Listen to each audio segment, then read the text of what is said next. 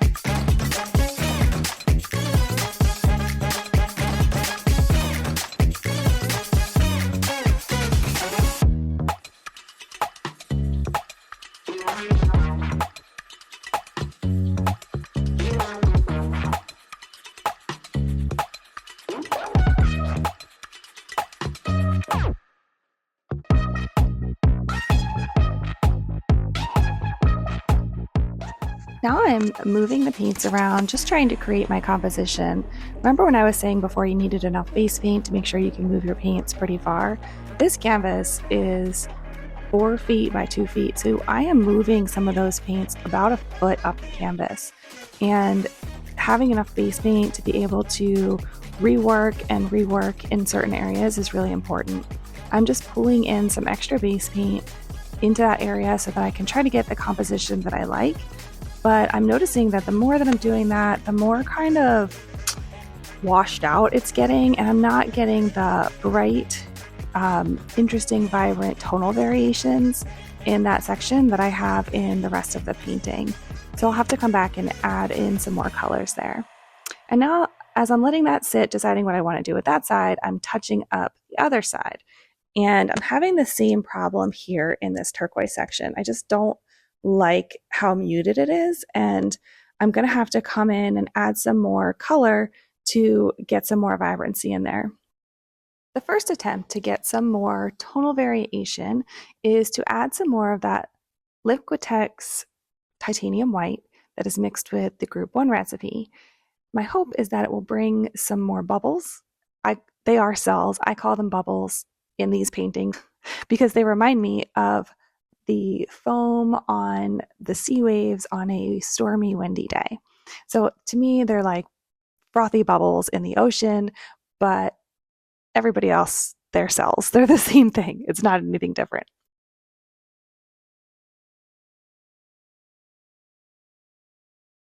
You can see there that the cells are forming pretty quickly.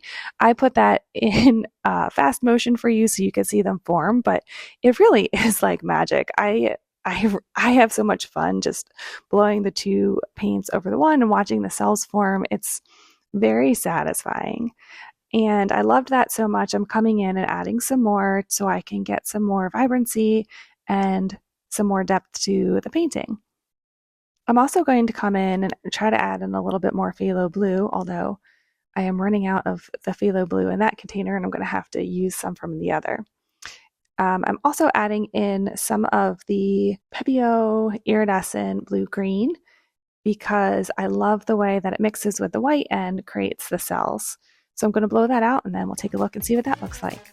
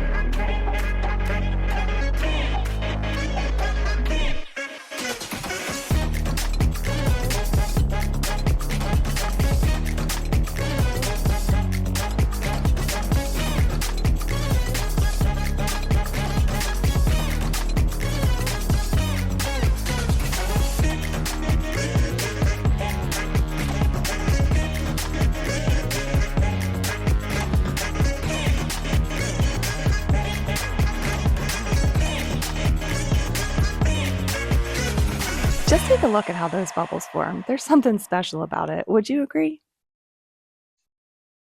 Call me picky, but I'm still not completely satisfied with the overall composition. So thankfully, I did put enough base paint on there that I'm able to rework this section again. And I am blowing off the excess paint there, and then I'm going to attempt to bring the white around to create some shapes with some outlines. That did not work there. That did exactly what I wanted it to there, but then I tried to do it one more up and it didn't work. At this point, the paints are getting a little bit overworked, so I decided to leave it as it is, and I'm going to go in when it's dry and add in some touch-up lines just to give a little bit more definition to that side. The other part of the painting that I'm reworking here, I wanted to bring the blue up because I didn't want it to be all of the lighter kind of flowy color. I do love the way that the flow looks, but I felt like the composition just needed some work over there.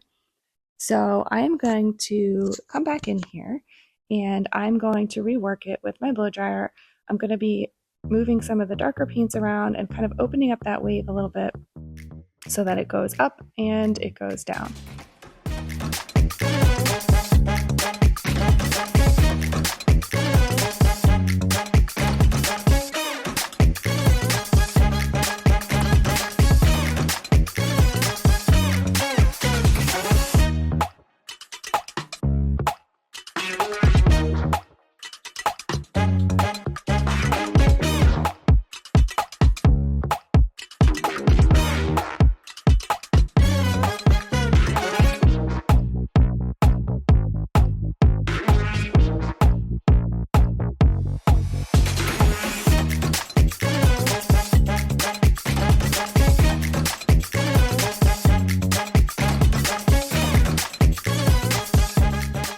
This is one of those paintings that is just as amazing close up as it is from far away. Check out those details. This painting is currently available for sale on my website, beccaharkins.com. I'll drop a link in the description so you can find it easily. Thank you so much for joining me today. Please remember to like, share, subscribe, hit that notification bell, and I will see you for the next one.